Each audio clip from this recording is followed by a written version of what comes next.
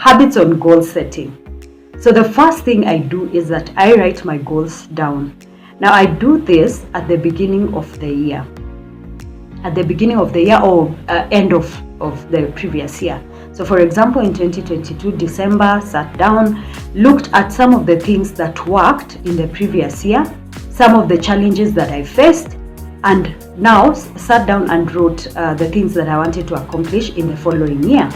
Now, one of the ways I do this also is through prayer, just asking God, what would you like me to do in the coming year? Number 2, I write goals in the various aspects of my life. So I don't focus just on one thing. I look at, my spiritual aspect. I look at the financial. I look at the social. I look at my family and say, what would you like to accomplish in the coming year where our family is concerned? And sometimes it involves the kids. Sometimes it just involves me and my husband. Social also, I look at something like my friends. What would I like to do with my friends? So I write down those goals so that it becomes very clear in the different aspects. So I'm not just focusing on one place. In the spiritual, I also look at, how do we grow as a family where our spiritual matters are concerned? Is it doing Bible study together? Is it reading a book or a study book together?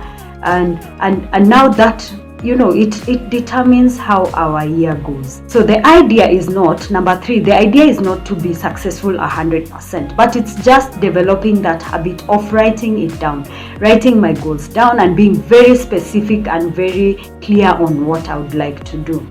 Number 4, so the goals that I write down are like a stepping block to where my vision is concerned. So let's say if this year, one of the visions I have is to, I'm giving an example, is at the end of the year to have, achieved something where the money market is concerned, to be able to have saved, to have invested my money in the money market and have maybe 200,000 or 300,000. It becomes, now the goals that I set help me to work towards that. So I would look at every month, how much money am I putting aside to be able to achieve my vision of having 500,000 by the end of the year. That's just an example.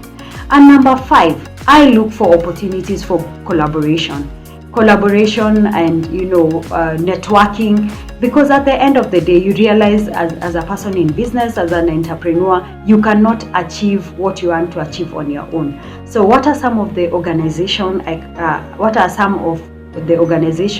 that I can partner with? Who are some of the individuals that I can work together with? Now, in my line of work, being a trainer, being someone who works with children and parents, I look at schools as one of my ways of partnering. What are some of the schools that I can, talk to so that we are able to achieve the goals that I've set together?